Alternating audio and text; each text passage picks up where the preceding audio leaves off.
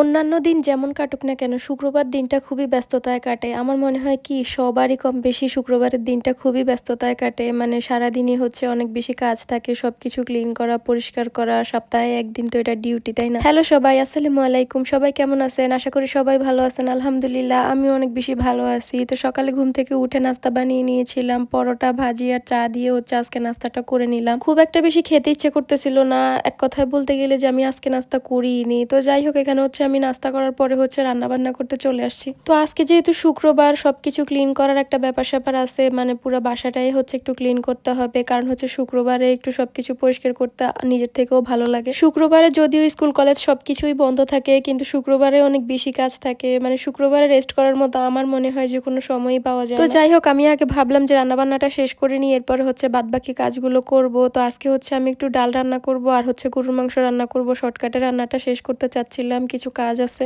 রান্নাবান্নার ভিডিও আজকে খুব একটা করিনি কারণ ব্যস্ত ছিলাম, ২ টা হাতই কাজে ছিল। তো সেজন্য হচ্ছে খুব একটা বেশি ভিডিও করতে পারি নাই। তো এরপরে হচ্ছে ফ্রেশ হয়ে গোসল করে চলে আসছিলাম। ছাদে গেছিলাম জামা কাপড় দিতে। তো ছাদের মানে ভিউটা দেখে আমার এত বেশি ভালো লাগতেছিল। আজকে রোদটা কেমন জানি গায়ে পড়তেছিল। অনেক বেশি শীত শীত ছিল, তো আমার থেকে তো বেশ ভালো লাগতেছিল ছাদে থাকতে। তো সেজন্য হচ্ছে আমি বেশ কিছুক্ষণ ছাদেই ছিলাম। তো এরপরে হচ্ছে ছাদ থেকে নেমে চলে আসছিলাম কারণ হচ্ছে দুপুরের খাবার খাবো, যেহেতু আজকে শুক্রবার। সবাই নামাজ পড়ে আসার পরে হচ্ছে ভাত খাওয়া খুব একটা সুন্দর বিষয়, তাই না? তো যাই হোক আমার থেকে এই বিষয়টা অনেক বেশি ভালো লাগে। তো শুক্রবার হচ্ছে সবাই নামাজ পড়ে আসা, তারপর সবাই মিলে একসাথে ভাত খাওয়া, সবাই মিলে একসাথে কিছুক্ষণ সময় পার করা, এটা খুবই একটা ভালো জিনিস। বিশেষ করে আমরা একসাথে সময় কখনোই কাটাইতে পারি না ফ্যামিলির মানুষ হিসাবে। একজন এক এক কাজে থাকে। তো সেই সুবাদে হচ্ছে আমরা শুক্রবারে একটু বেশি সময় কাটাতে পারি। তো আমাকে হচ্ছে আজকে আবারও ছাদে উঠতে হলো কারণ হচ্ছে মিস্ত্রিরা কাজ কতটুকু আগাইছে ওইটা হচ্ছে আমি ভিডিও করে নিচ্ছিলাম, যেহেতু আমার হাজবেন্ড দেখতে চাইছিল সেই জন্য। তো ওকে হচ্ছে কিছুক্ষণ ভিডিও কলে দেখাইছিলাম। তো এরপর হচ্ছে নিচে নেমে চলে আসছিলাম। আর এই যে হচ্ছে আমাদের বাড়ির ফাইনাল লুক আজকে আপনাদেরকে দেখাই দিলাম। তো এটা হচ্ছে আমাদের মেইন বাড়িটা, মানে আমাদের যে নতুন বাড়িটা করতেছে মানে এরকমই হবে সেম। তো